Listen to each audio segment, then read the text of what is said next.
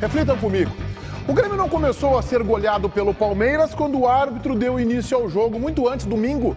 Quando o Renato diz que com esse elenco não vai ganhar nada, ele está tirando a responsabilidade dele e dos jogadores. Não vamos ganhar. Vamos fazer figuração no Campeonato Brasileiro. É verdade que o Renato colaborou, né? Um time com uma atitude covarde, com 3 jogadores remanescentes do departamento médico. Se você coloca 1, é aceitável. 2 tem risco, mas 3... Reinaldo, Villasanti e Carbacho no mesmo jogo, diante de um adversário de extrema intensidade. Mas por que ninguém disse para o Renato que essa barbeiragem estava acontecendo? Por que ninguém emparedou o Renato de domingo para quarta-feira? Tu não pode dizer isso publicamente. Diz entre 4 paredes. Porque os dirigentes do Grêmio, Os dirigentes do Grêmio se amedrontam, tá bem assim? Se amedrontam diante do Renato. E o Paulo Calef está, digamos, prestigiado no cargo, balançando há dias, sem que o presidente Alberto Guerra faça um movimento de meio centímetro para respaldá-lo, para defendê-lo. Aliás, presidente Alberto Guerra, que vazou ali antes da coletiva, é só sobre o Natan, né? O Grêmio toma uma lambada do Palmeiras 4-1, parece que o senhor não é do futebol. Parece que o senhor não é da aldeia e acha que ninguém vai lhe perguntar sobre a atuação covarde do time contra o Palmeiras, presidente Alberto Guerra. Mas aí veio a frase do presidente, que tentou contemporizar a cobrança de Renato no domingo. Estamos alinhados, somos amigos, aí está o problema. Que bom que o presidente colocou um amigo no cargo para ganhar 1,5 milhão. Que bom. Eu não imaginaria que ele fosse colocar um desafeto político, um treinador com quem ele não tem relação, mas tem que saber separar as coisas. E faltou para o Grêmio, de domingo para ontem e para os próximos dias, alguém que definitivamente enquadre o Renato e o trate como profissional. E eu não defendo a saída do Renato. Se está ruim com ele, sem Renato ficará muito pior. Para a sorte do Grêmio, é que há um co-irmão na aldeia. E ontem nós tivemos uma atuação tão ruim, capaz de acordar o vice-presidente de futebol, Felipe Becker. Acordou, ele está furioso. Felipe Becker diz que está furioso. E aí eu lembrei da minha infância, quando depois do almoço, eu e meu irmão Luciano íamos jogar futebol na lavanderia da nossa casa, na zona sul de Porto Alegre. E acordávamos o nosso pai da cesta, vinha minha mãe correndo. Minha mãe chegava lá: filhos, o pai de vocês está furioso, vocês o acordaram da cesta, porque o nosso jogo era de virilidade. O Kahneman seria perto, meu irmão, um gentleman. E ali eu aprendi que o futebol é de contato físico, eu e meu irmão jogando na lavanderia. Pois o que fará o Felipe Becker? O mesmo que o meu falecido pai fazia? Vai colocar o preparador físico de castigo?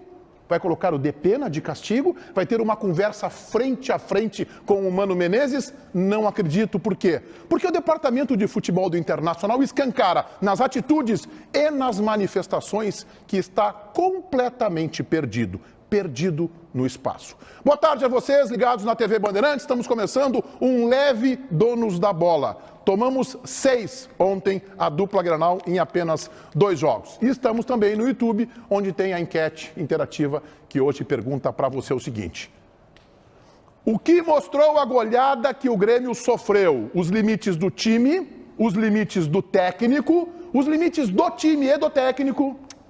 É só uma fase ruim e ali na frente vai recuperar. Olha só, vamos começar, vem para cá, César, para debater com o JB, com o Baldasso, para a gente começar a debater a goleada que o Palmeiras impôs no Grêmio, 4-1, e poderia, não fossem defesas interessantes do Gabriel Grando, ter sido 5 ou 6 CCD. Pois é, tu começasse ali a tua manifestação falando que o Grêmio perdeu após a coletiva contra o Bragantino. Eu vou confessar para vocês o seguinte: quando a gente imagina enfrentamentos do Grêmio, a gente olha um pouco para trás, olha um pouco para a história, olha um pouco para a camisa, entende o respeito que o Grêmio sempre deu aos jogos, lembra de jogos importantes. Ontem foi uma das noites mais vergonhosas da história do Grêmio. Eu já torci, Meneghetti, para times ruins, eu já torci para times abaixo do ruim, equipes terríveis do Grêmio, mas eu nunca havia torcido para um time com a camisa do Grêmio que entrou sabendo que perderia bem. O Grêmio sofreu uma goleada e precisa agradecer por ter perdido por 4-1. os protagonistas da noite de ontem precisam entender o tamanho do vexame, o tamanho da vergonha. Temos aqui gente se metendo aqui no programa, vocês estão vendo? É o apito final, não é?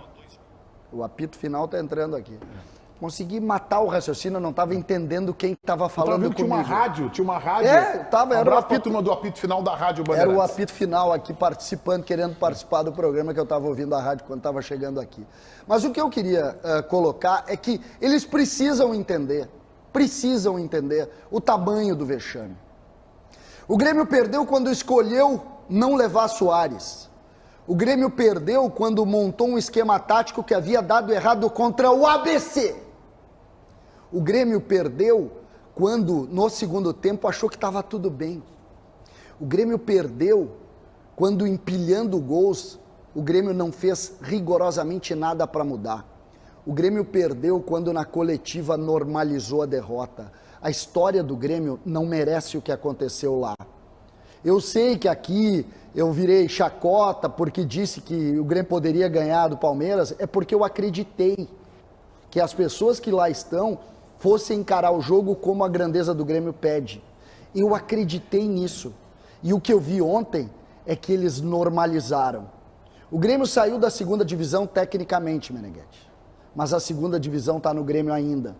E o que aconteceu ontem foi um processo de apequenamento do Grêmio que nenhum gremista aceita. Nenhum gremista aceita. Que façam, olhe, Calef, Guerra e Renato. Encontrem um espelho hoje e lembrem da história do Grêmio. O que vocês fizeram ontem não condiz com a história do Grêmio. Calef, Guerra e Renato. Tomara que venha uma resposta domingo. Porque ontem, vocês apequenaram o Grêmio. Baldasso, tu sabe que nós vamos falar hoje, tanto do Grêmio quanto do Inter, muito mais de forma do que de resultado.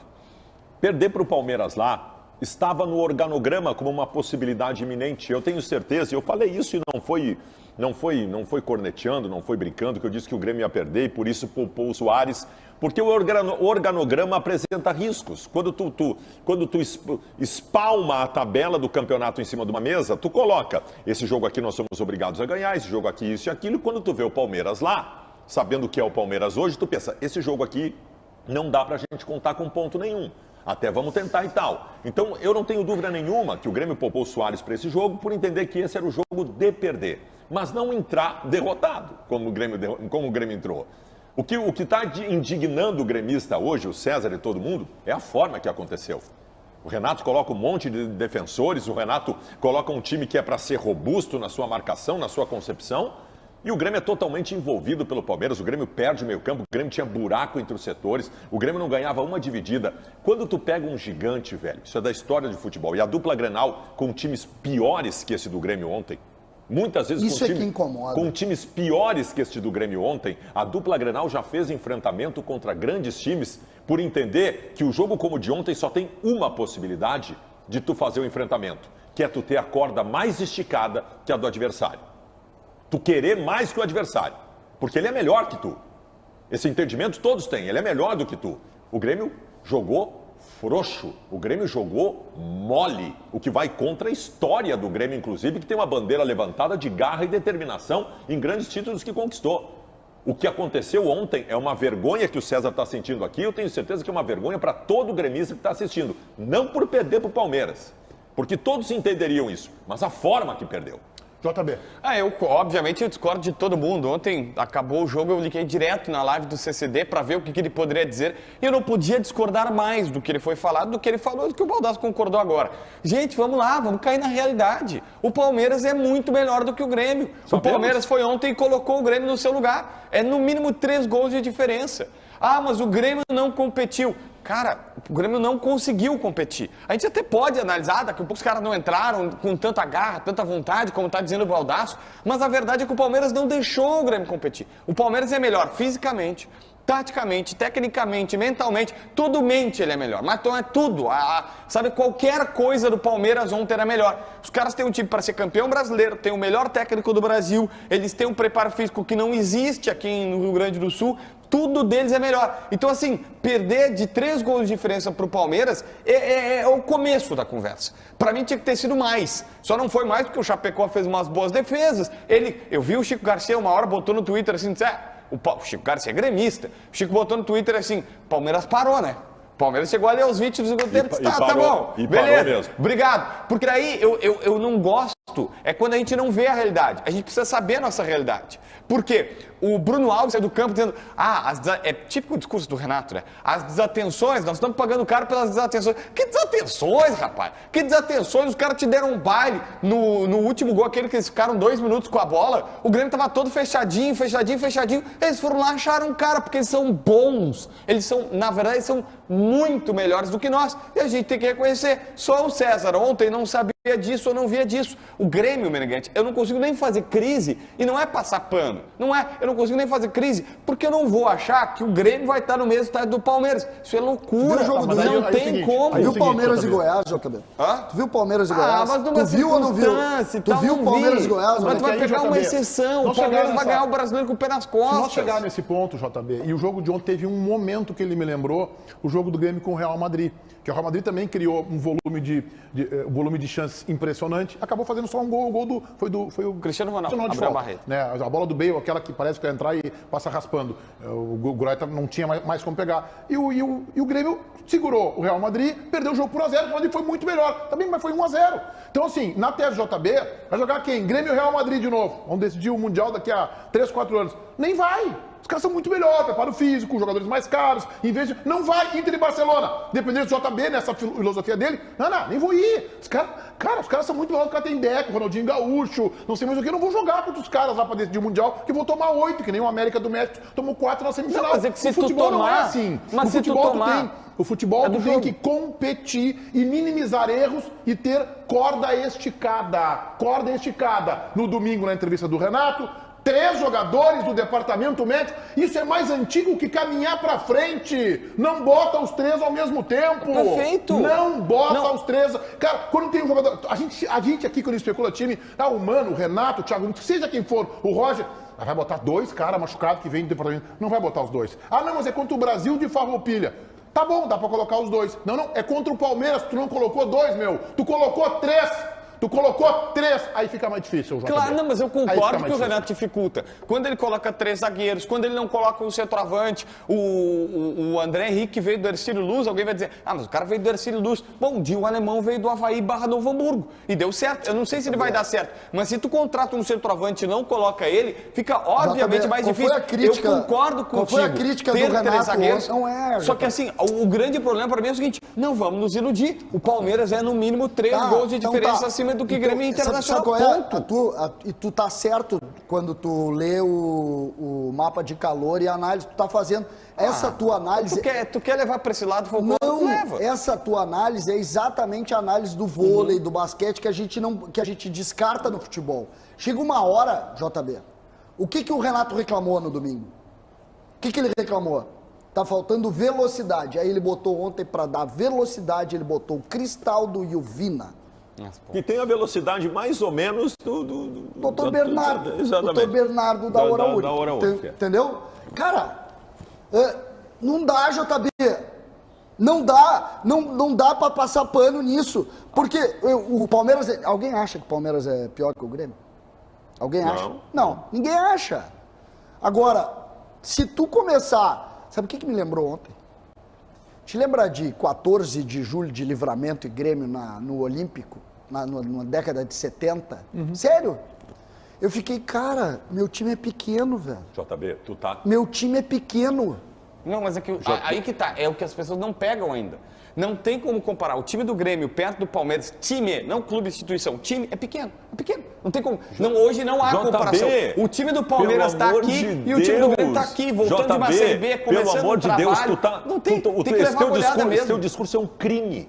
Não. Esse teu discurso é um Mas crime, eu JB. só sou realista. O Inter não é realista, não é assim real. que funciona o futebol. Em 2006, o São Paulo era a organização, exemplo da América Latina, do grande clube de futebol. O Barcelona citado. O Barcelona citado que o Inter ganhou. Olha a maturidade a história daquele time. Mas não tem, JB. A história da dupla Grenal, ela sempre foi de times mais pobres, times com menos estrutura e de títulos conquistados menos assim. Se o Inter pega o Barcelona hoje... Nós citamos ontem aqui o time do Grêmio de 95, aquele time do Palmeiras, aquele time do Palmeiras que enfrentou o Grêmio em 95, tem 2 ou 3 jogadores que estão entre os maiores jogadores da história do futebol. Do futebol. O Cafu, o Roberto Carlos, os maiores jogadores da história do futebol. O Grêmio amassou aquele time, o Grêmio atropelou aquele time. E o Grêmio tinha jogadores emergentes que apareciam naquele momento. Tudo bem, Baldasso, não tu tem... tá pegando um não dos vai. melhores times da eu vou te história dizer, do Grêmio. Eu vou te dizer. Vai ter. Assim, ó, o Palmeiras só não ganha de goleada todo mundo no Brasileirão se não quiser. Cara, eu vou te dizer uma Ontem coisa. o Palmeiras esse quis time jogar do Palmeiras, e não tinha poder, esse time não do podia Palmeiras, fazer o que quisesse. Esse time do Palmeiras não tem nenhuma estrela. Não. Nenhuma. Estrela não tem nenhuma. É só um time bem organizado. É só um time bem organizado. Atenção, colegas da imprensa paulista. O dono da bola acabou de dizer que o Palmeiras, foi o Grêmio que perdeu, não foi o Palmeiras que ganhou. Vamos lá. Tiger Junk, tudo bem, Tiger? Vamos colocar o Renato aí? Tudo bem, Meneghetti? Vamos colocar o Renato para falar. Um abraço para todo mundo que nos acompanha por aqui. O Renato não quer uma tempestade em copo d'água depois da goleada sofrida para a equipe do Palmeiras. E na entrevista coletiva ele tentou contemporizar um pouco a atuação do Grêmio, o resultado. A gente ouve o técnico gremista Renato Portaluppi.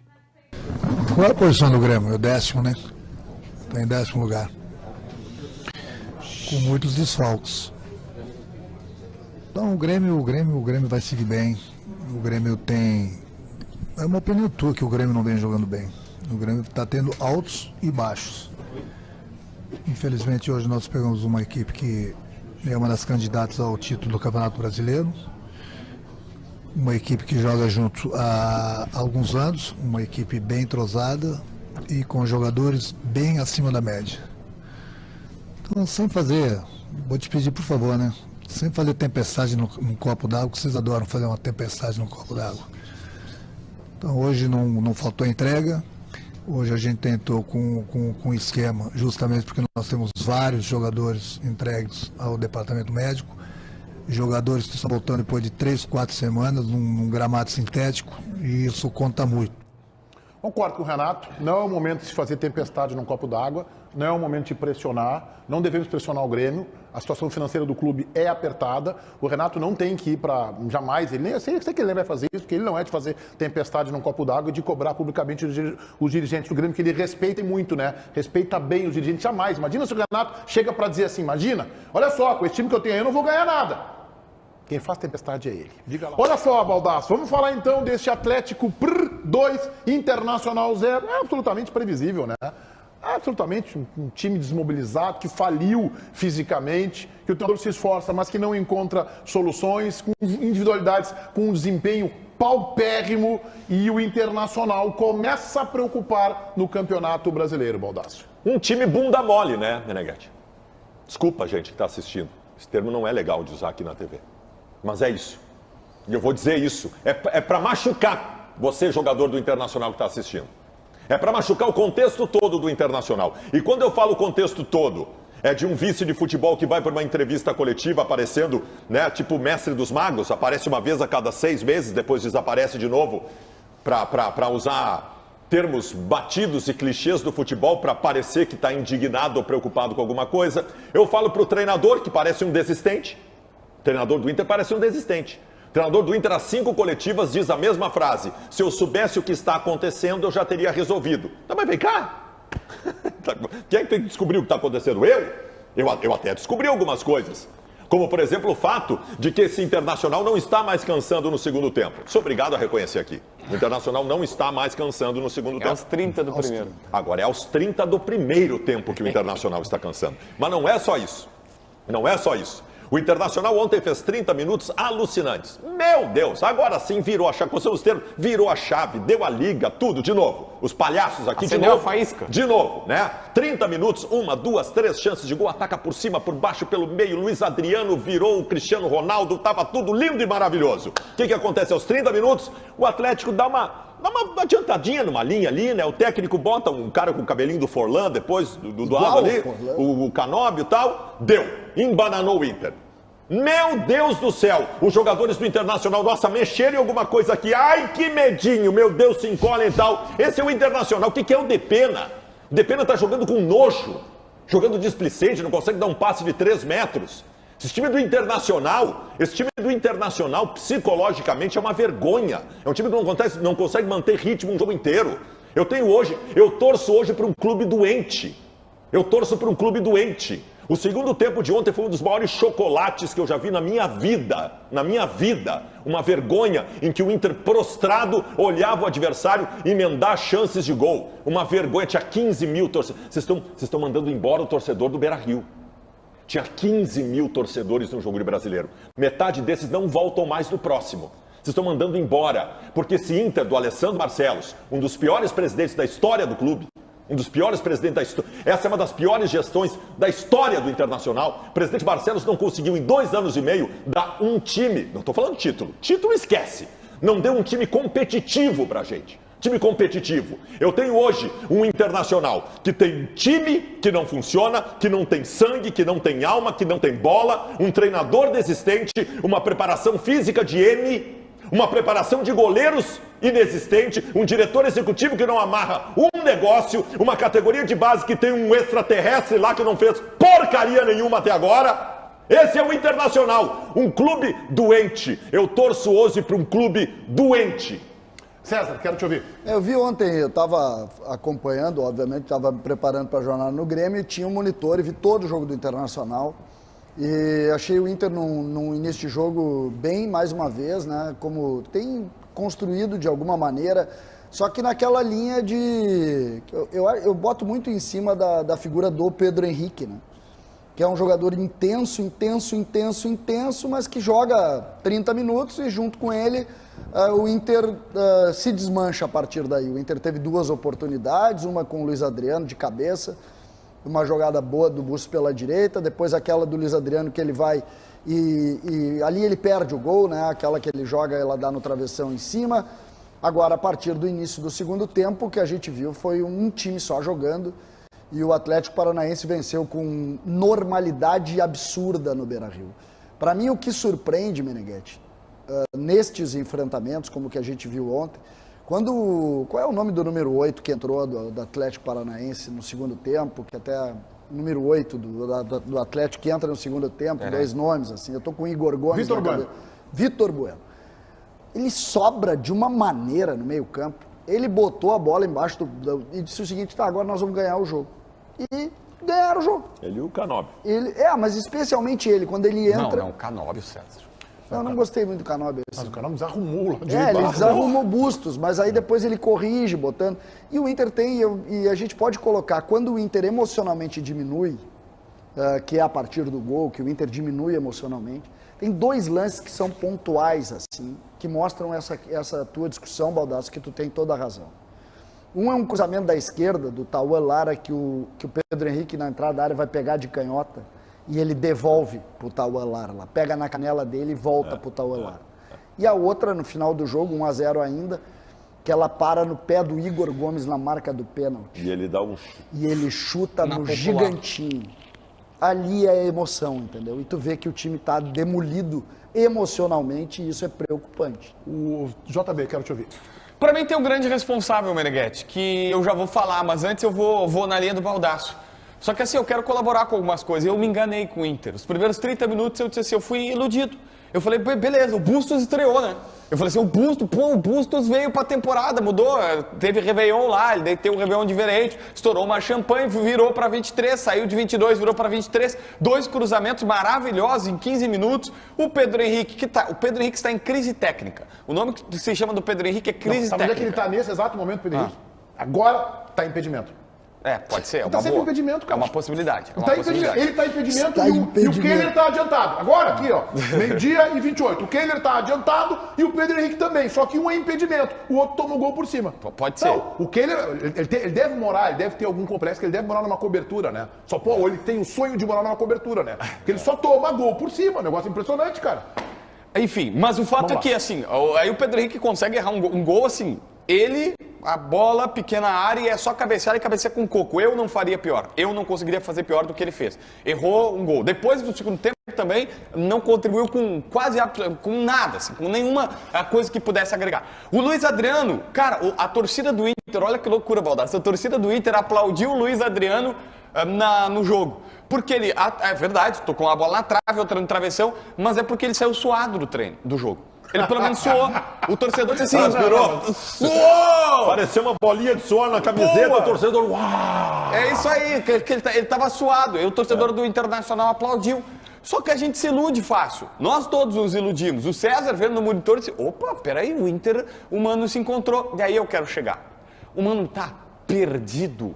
O Mano é aquele cara que assim, ó, tu coloca o Mano, ele vendaram os olhos, coloca na Rua dos Andradas, aqui lotada, aquele dia assim que tá todo mundo na rua e tal. O Mano não sabe pra onde vai, o Mano não faz a menor ideia do que ele tá fazendo no Beira-Rio. Se bobear, ele se perde pra chegar pelo Beira-Rio, ele tem que botar pelo GPS de tão perdido que ele tá. Ele não faz ideia do que ele vai fazer pra resolver o Internacional. O Internacional, o Baldassi colocou que é um time doente. Não, eu não vou ser tão duro quanto tu, que o presidente Barcelos é o pior, ou um dos piores, mas que ele está trabalhando para ser um dos piores, eu não tenho nenhuma dúvida. Mas que o presidente está se esforçando para ser um dos piores, eu não tenho nenhuma dúvida. Que o Mano é o mais culpado deste momento? Ah, mas é também, porque não, assim, peraí, o Vitão não está falhando pra caramba?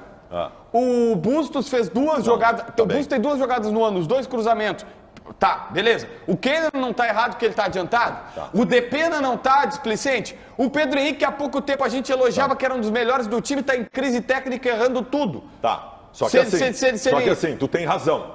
Se é todo mundo, o treinador tá errado. O Mano Menezes assina isso aí que tá acontecendo. Assina também. Mas eu só quero te lembrar que o primeiro volante do Internacional ontem era o Baralhas, e aos 30 do segundo tempo, o César Cidade Dias, que tu tá na TV e tu tá observando, aparecendo o treinador, tu olha pro treinador, o treinador vira pra casa-mata, aí tu pensa, agora vem a solução. E aí levanta o Estevão.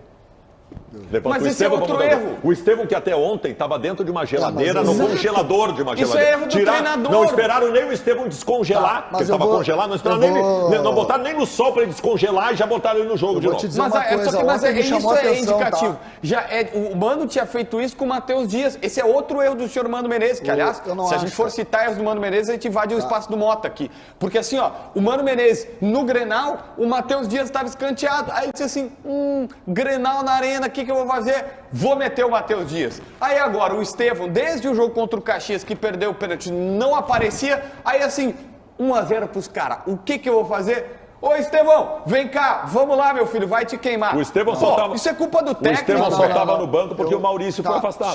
Só por isso. Agora, ontem eu acho que o Mano viu o jogo, cara. Eu tenho uma ideia totalmente diferente.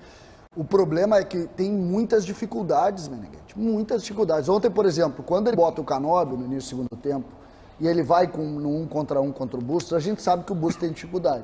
A dificuldade tem o eu. Ele tentou sustentar aquilo. O que ele fez? Ele tira, bota o Igor Gomes, bota aquele outro menino, que o pé esquerdo aquele que veio lá do Ituano. Gabriel Barros. Gabriel Barros, aí ele, agora eu vou tentar seguro aqui. O Gabriel Barros não tem condição de jogar. Bom, olha só, gurizada, nós temos que avançar aqui. Eu só quero rapidinho falar especificamente sobre o Kehler e um pouquinho sobre o time. O Kehler não foi responsável pela derrota ontem, eu sei disso, fiz uma brincadeira aqui com ele, mas é que ele até fez boas intervenções.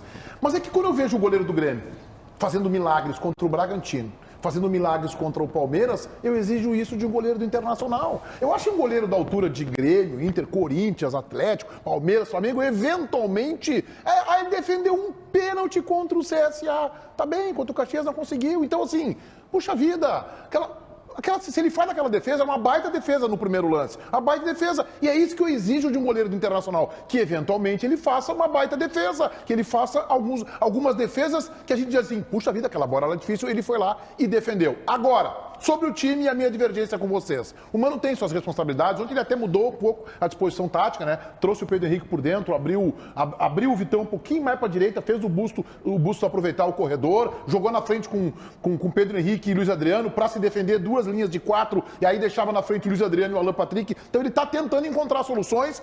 O que eu quero cobrar do Mano é talvez um pouco mais de energia.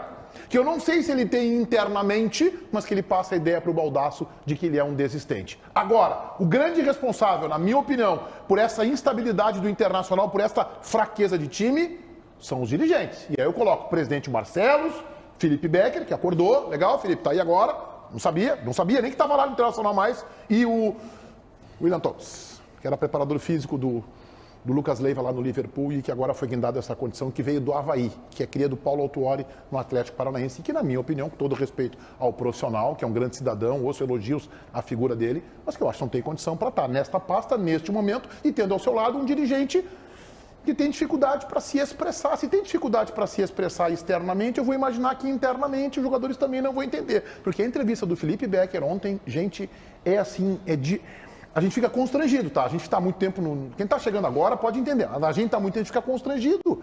Fica até constrangido para criticar a entrevista dele, para dizer que ele está furioso. Que o Mano está bravo. O Mano está bravo. Nós estamos furiosos, o presidente também. O clima é horrível, tá uma coisa horrorosa. Cara, desculpa, é risível. Tá, Igor, vamos colocar o Mano aí. Vamos lá, e o Mano, ele tem uma notícia boa para vocês, tá? O Inter vai jogar fora de casa, o que isso para ele, neste momento, é algo positivo. O Mano, ele falou também sobre algumas situações que ele não consegue explicar, como, por exemplo, como o Inter leva 2 gols muito parecidos. O gol do Pablo Maia contra o São Paulo, o gol do Christian ontem contra o Atlético Paranaense. A gente ouve o técnico Mano Menezes. Quando semana passada, depois do jogo de São Paulo, falei que a gente não tem todas as respostas, eu estava me referindo a isso. Não existe resposta para isso. Os jogadores sabem. Fizemos várias vezes durante outros momentos do jogo. O lance estava controlado. A bola não tinha um risco nenhum. Mas por uma dessas coisas, que são as tomadas de decisão, ficamos com a bunda lá dentro da área, como se diz na gíria do futebol, e demos espaço para o adversário dominar e pensar. Né? E é tudo que você não pode dar para adversários de qualidade, jogadores de qualidade no futebol brasileiro. Serão 4 jogos fora de casa, é uma sequência dura, tá?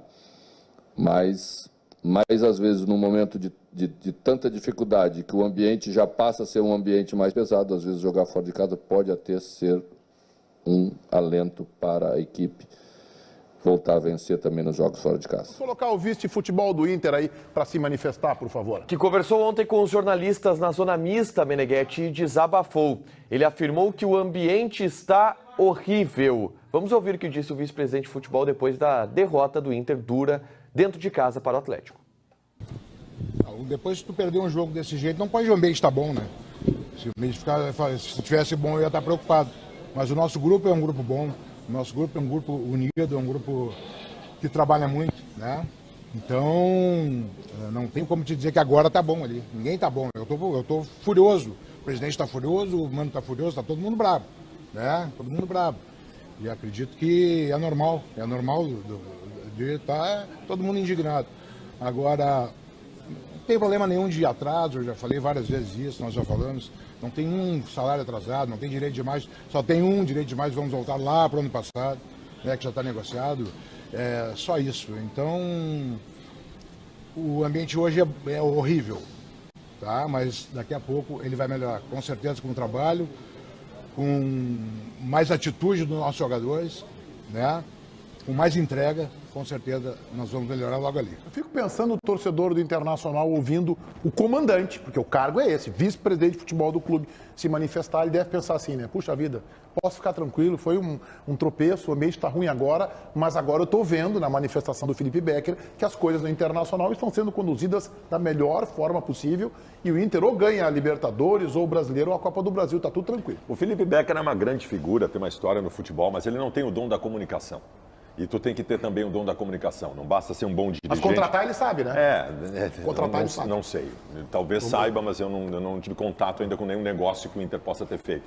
O William Thomas, qual é a facilidade dele? Não se comunica e também não sabe contratar. Também não sei. Eu só vou saber se o William Thomas sabe contratar o dia que ele conseguir amarrar um negócio. Quando ele conseguir amarrar um negócio... Quando ele amarrar um negócio, eu vou saber se foi bom ou ruim. Até hoje eu não tive ainda essa experiência com o William Thomas. Mas ele recém chegou, né? Então, em seguida, é provável que isso aconteça. O Felipe Becker é uma grande figura, um grande colorado, mas ele não tem o poder da comunicação, o dom da comunicação que é necessária neste momento. Quem tinha que ter falado ontem era o presidente do clube, que tem o dom da comunicação. Tu tem que se fazer entendido, tu tem que passar uma mensagem clara. O Felipe Becker passa uma mensagem que tu tem que decifrar. Eu até agora não consegui entender. Então, o presidente tem que falar mais.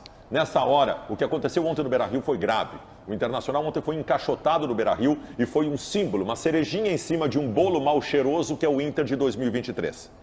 Então ontem tinha que ter falado o presidente do clube. Ah, mas a cartilha determina que o presidente não fala mais. Não, ontem joga a cartilha no lixo. Aliás, a cartilha dessa direção está levando o Internacional para os piores anos da sua história. Então rasguem a cartilha e o presidente ontem tinha que ter falado. Não o vice de futebol que tem uma dificuldade de comunicação. Pois é, mas aí que tá, Baldasso. Por que eu faço a crítica? E eu também concordo contigo que ele é um baita cara, trabalhou na base do Inter, ex-presidente Memorial, é uma grande figura humana. Não é nunca no pessoal a crítica. Só que se a figura é institucional e se ela não tem uma caneta na mão, se ela tem um lápis na mão, que a gente sabe que a gestão do presidente Barcelos, e é um critério dele, que cabe a mim criticar, no meu lado aqui, decidiu enfraquecer essa figura, é uma figura institucional. A figura institucional tem que saber o quê, então? Tem que saber se manifestar publicamente. Então, assim, mas agora vem aí a fúria de Felipe Becker. Vem aí essa fúria e vamos ver o que essa fúria vai representar na prática com medidas rápidas e drásticas para o Internacional voltar a ser competitivo. Eu vou resumir para o torcedor que está em casa. O Meneghetti passou pelo assunto, mas eu quero resumir. O presidente Alessandro Barcelos decidiu que ele não terá um vice de futebol atuante, um vice de futebol que comande, ele terá apenas porque é obrigação do estatuto ter. Então esse cara não vai definir as coisas. Na prática, o vice de futebol do Inter é o presidente Alessandro Barcelos. Na teoria, a única coisa que o vice de futebol do presidente Alessandro Barcelos precisa ter é o dom da comunicação. É a única, porque ele só tem que dar entrevista e se comunicar. Isso já aconteceu, esses dias eu até vi num podcast uma entrevista do Chumbinho, por anos, diretor do Inter, e o Chumbinho disse que quando eles convidaram então Vitório Pífero, que era o cara das finanças do Inter, para ser o vice de futebol, ele, Vitório Pífero, disse para ele e para o Carvalho, dizendo, olha, eu só preciso de duas coisas, salário em dia e eu não entendo nada de futebol. Tu e o Carvalho contrata só me ir para entrevista sabendo tudo que vocês fizeram. Depois nós percebemos que ele não entendia. Não, depois entendemos que ele não sabe de futebol. Mas ele disse, o Chumbinho falou que ele falou essa frase, tá? E eu vou pegar só o exemplo, a parte do Pífero e tudo que ele fez. Eu acho que todo mundo consegue separar as coisas aqui. O Pífero foi um bom vice de futebol. Então, a partir de então, a única coisa que o Felipe Becker precisa eu só preciso me comunicar. E ele peca na comunicação. Bem, César. Eu queria fazer uma pergunta para vocês. Eu olhei até o relógio para saber se eu faria na última... Tu ouviu a orientação do Paulo Pires, né? Tu ouviu a orientação que ele deu 2 minutos atrás, né? Só que, eu acho que isso pode ampliar para amanhã também, porque é importante a gente fazer. Amanhã. Tá? Então, coisa boa. Nós temos dificuldade do diagnóstico do Inter e do Grêmio. Nós temos dificuldade. E quando a gente vê o vice-presidente de futebol do Inter, a gente tem a certeza que eles também têm. Eles não têm a mínima ideia do que está acontecendo. Muito bem. Agora, eu sei que a gente vai falar aí do presidente Alberto Guerra, da entrevista dele, eu só queria te perguntar o seguinte, que o Lucas Dias, hoje na Rádio Bandeirantes, eu estava conversando com ele também agora pela manhã, ele está com uma desconfiança aí de que o Inter pode ter mexida na comissão técnica, não no treinador, mas em outra área, é isso, Thay? E isso surge, Meneghetti, a partir da demissão que foi oficializada ontem de Flávio de Oliveira, ex-preparador físico do Internacional na última temporada e que trabalhou no Corinthians neste ano, saiu do Inter para ser contratado pelo Corinthians, ele alegou motivos pessoais para ficar perto da família em São Paulo e que foi demitido agora do Corinthians, teve um trabalho muito criticado também por lá pelo torcedor. É um cara que tem muita aderência na atual comissão técnica, no atual grupo de jogadores e na atual direção. Não há uma confirmação ou algo perto disso, de que isso possa acontecer por parte da direção, mas uma possibilidade que se especula neste momento. Muito bem. Tá, agora vamos colocar aí o presidente Alberto Guerra. Vamos lá. E ele fala sobre as cobranças que são feitas ao time, que são feitas também à comissão técnica, por parte dele, presidente Alberto Guerra. Ele foi muito perguntado, Meneghetti, sobre a declaração do Renato Portaluppi de que o time não seria campeão com este elenco. E ele falou como tratou do assunto. E a gente ouve o Alberto Guerra. O que houve ali, talvez questão de tom, né, e questão de que também há outras circunstâncias, não é só reforços, não é? Mas a gente sempre teve aliado, é importante dizer que o Renato é muito mais do que um treinador comigo, é um grande amigo, conheço ele há 13 anos, fui o primeiro a trazer aqui, temos uma excelente relação de olho no olho e a gente, obviamente, algumas vezes, como é normal em qualquer área de atuação, especialmente no futebol, pode haver eventuais discordâncias, eventuais opiniões, e até não é esse o caso, mas o que talvez tenha passado ali foi a questão do tom, né? Talvez um exagero em falar dos reforços, porque a outra circunstância deve ser levada, mas a relação nossa tá muito boa, como de todo o departamento de futebol, e acho que o Grêmio tem condições sim de fazer uma boa campanha no Campeonato Brasileiro, e a gente espera aí poder assim fazer. Então tá explicado, são amigos. Renato ganha 1.250.000, seus assessores mais 150 mil, 1.400.000 o Grêmio gasta, e aí são amigos, e aí a relação é de amizade. Aí a relação não é profissional como deveria ser. Todo mundo sabe da relação de Alberto Guerra e Renato, que tem uma relação muito próxima. O Alberto Guerra deu a primeira oportunidade pro Renato como técnico, mas isso não tem que ser dito a toda hora. Por que o presidente Guerra diz agora? Porque ele ficou preocupado quando o Renato o emparedou no domingo, que emparedou, né? Não falou só de contratações e reforços. Falou assim, com este elenco eu não ganho nada e garanto pra vocês. Eu nunca vi treinador prometer que não vai ganhar. É um ineditismo fantástico esse. Agora o presidente quer mostrar que é amiguinho do Renato. E fez isso, na minha opinião, já na segunda-feira, quando foi ao treinamento. E agora, de novo, somos amigos, estamos alinhados. Não tem nada de novo no que o Renato... Pois é, não tem nada de novo. Por que ganhou tanta manchete, tanto destaque assim, né? Será que é o presidente Guerra que entende de editoria jornalística e esportiva ou não? Peraí, pelo amor de Deus, César. Essa repetição, somos amigos, com que intenção? Parece que pediu desculpas por criticar o Renato. Nós estávamos falando de comunicação aqui há pouco, né? E a comunicação, ela é definitiva nessas situações. O Grêmio, com a chegada do Soares, o Grêmio trouxe otimismo, uma linha de otimismo total. E mais do que isso, uma ideia de governança, uma ideia de profissionalização das coisas, de um Grêmio maior do que a gente viu nos últimos tempos. E os últimos episódios, que fecham também com a entrevista de Alberto Guerra e a maneira como ele se comunicou ontem, diminuindo. Talvez o Grêmio faça uma boa campanha, o Grêmio tem uma boa possibilidade. Aqui está tudo bem, a gente é amigo, a gente se olha no olho, ou a gente profissionaliza e tira de vez a segunda divisão das nossas paredes, ou vai ser uma confraria, um clube de amigos do Moinhos de Vento e um clube que vai se diminuir. Ou o Grêmio encara os problemas de frente e volta a ter uma ideia positiva, que foi o que apresentou Alberto Guerra, Calef e Brum naquele início de temporada, ou nós vamos voltar a 2021. E isso nenhum gremista quer. JB. O presidente fala que talvez o errado teria sido o tom do Renato e essa foi a cobrança. Na segunda-feira, antes do treinamento, que o presidente apareceu no CT, ele teve uma reunião a portas fechadas com o técnico Renato. Essa reunião foi num tom aí acima. O presidente subiu o tom com o Renato, dizendo que ele foi injusto pelas críticas, não era para ter feito aquele tipo de situação e o presidente foi no Renato sim. O presidente deu uma chegada no Renato. E aí o máximo que ele conseguia publicamente, porque ele está numa pauta de nos microfones acalmar o ambiente, porque está vendo que ele está saindo um pouquinho do controle, foi dizer isso do Renato. O tom, o conteúdo tá ok pro Grêmio. O Renato dizer que o Grêmio não ganha nada com esse elenco, tá tudo bacana. Mas isso aí o presidente... Não, ele até endossou, né? Não, estamos alinhados, pensamos igual e tal. Então, isso assim, aí tá bacana. É só o tom. Ele falou um pouquinho assim, meio meneghete, assim, um pouquinho mais alto que o normal. Não, foi só isso. Renato, fala mais baixo. É que aí a opinião... Próxima vez tu diz assim, ó, com esse elenco, nós não vamos ganhar nada esse ano. Aí não tem problema. Aí é a opinião. Aí é a opinião. Minha opinião, eu concordo com o presidente. O Renato, ele não vai ser campeão com esse time. Só uma vírgula, tá? E o problema é do jeito que ele comunicou. Só uma vírgula, tá? Mais uma coletiva sem defender seu vice-presidente de futebol. O Meneghetti, há muitos anos nesta mesma empresa, uma repórter chamada Tainá Espinosa, que ganhou o mundo, estava numa entrevista coletiva com Paulo Odoni. Estávamos falando aqui em dom da comunicação, talvez ninguém tenha sido melhor que Paulo Odoni, político, né? E aí se fala, numa crise do Grêmio se fez uma coletiva inteira sobre a possibilidade da queda do Renato, e o Odoni, grande comunicador, tinha todas as respostas prontas. Aí a Tainá Espinosa, a última pergunta para ele: presidente, como se demite um ídolo? É isso aí.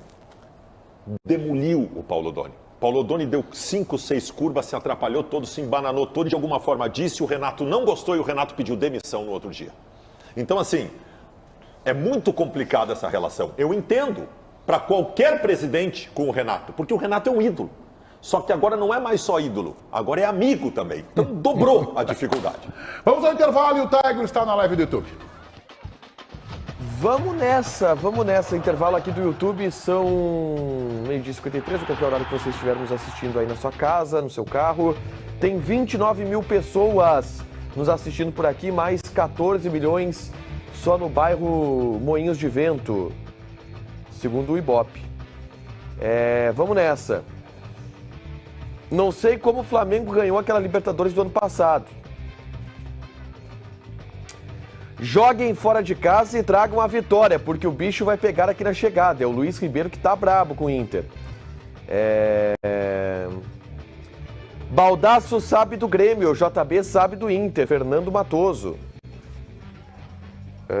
Vamos lá.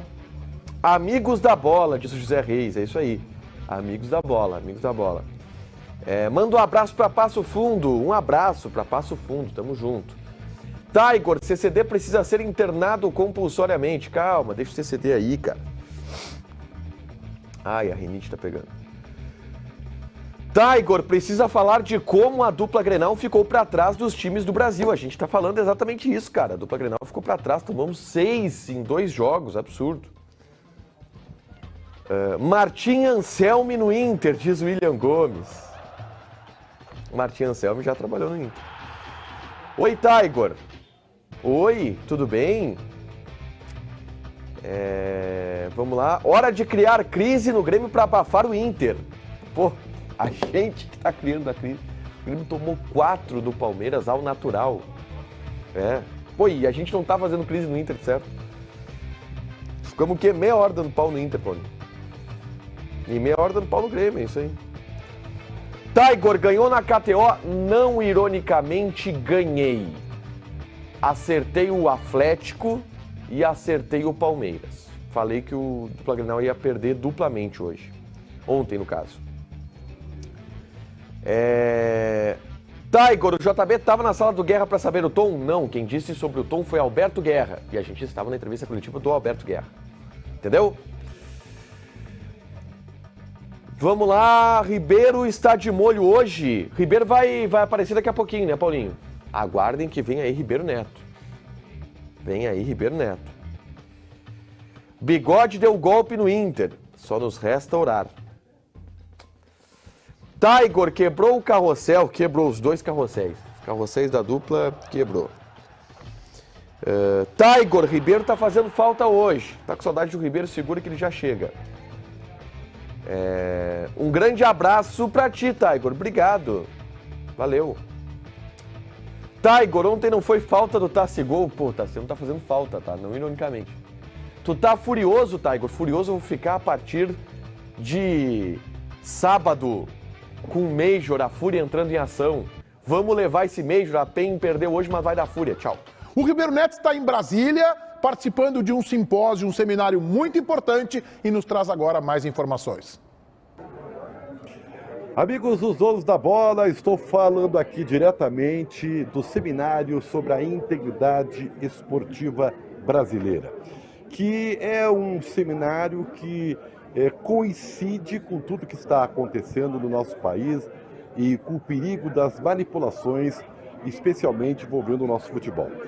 E o que é importante e por que esse seminário ocorre neste momento? Porque, paralelo a isso, aqui em Brasília ocorreu já através do Ministério da Fazenda a criação de um órgão regulador para a tentativa de impedir a manipulação de resultados, que é o que está assolando o nosso futebol em especial. E no texto que foi colocado para o presidente Lula, que vai sancionar ou não, muitas situações envolvendo as casas de apostas.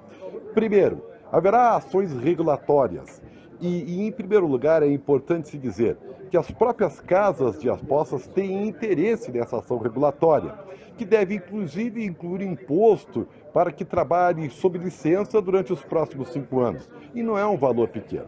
Mas mais do que isso, esse texto, que, volto a dizer, ainda tem que ser aprovado pelo presidente da República, ele impõe alguns diferenciados percentuais que são destinados a várias entidades esportivas e governamentais. Mas, basicamente, atentem para ações regulatórias, algumas já definidas. Por exemplo, dirigentes e atletas estão agora oficialmente impedidos de fazerem apostas. Outra situação e que ainda não há detalhamento. É possível que as regras para apostas tenham algumas modificações e itens, por exemplo, básicos, como apostar em cartões ou escanteios, isso não está definido. O que está definido é que esse órgão que será criado pelo Ministério da Fazenda visa exatamente ter um órgão que se aprofunde, seja independente e que tenha como uma ação reguladora para que amenize, se não impeça, as tentativas de manipulação. Tem outros detalhes que a medida provisória atenta, como quais são os bancos autorizados, as casas de apostas todas têm que ser licenciadas, enfim.